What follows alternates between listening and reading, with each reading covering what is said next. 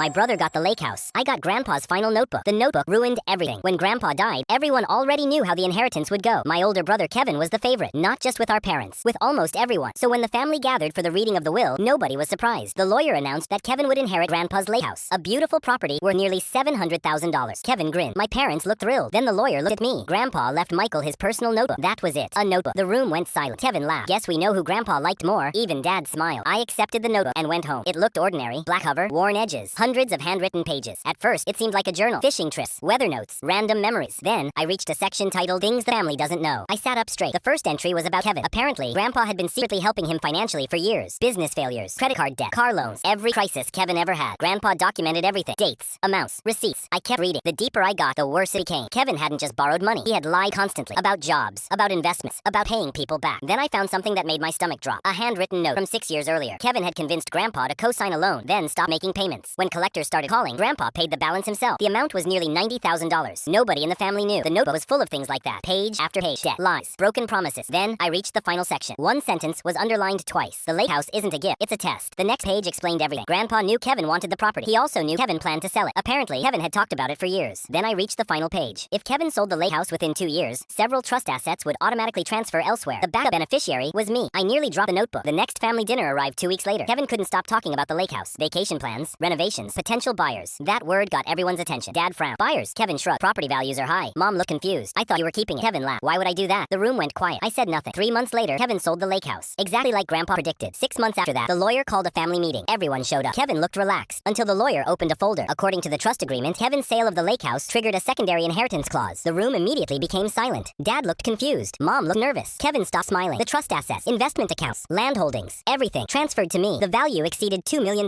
Nobody spoke. Kevin looked like he couldn't breathe. Dad stood up. What? The lawyer handed him a copy of the trust documents. Every page was signed. Every clause was legal. Then the lawyer held up Grandpa's notebook. The trust specifically references this document. Kevin's face went pale. For the first time in his life, nobody defended him. Nobody made excuses because the notebook explained everything. Every loan, every lie, every second chance, every warning Grandpa had given him. Then Dad finally asked the question everyone was thinking. Why would he do this? The lawyer smiled and read one final line from the notebook. Character matters more than opportunity. One grandson kept asking for more. The other kept showing up. Nobody looked at me. They were all staring at Kevin. Most people would have preferred the lake house. I did too. Until I learned what Grandpa was really leaving behind. The lake house was never the inheritance. The notebook was.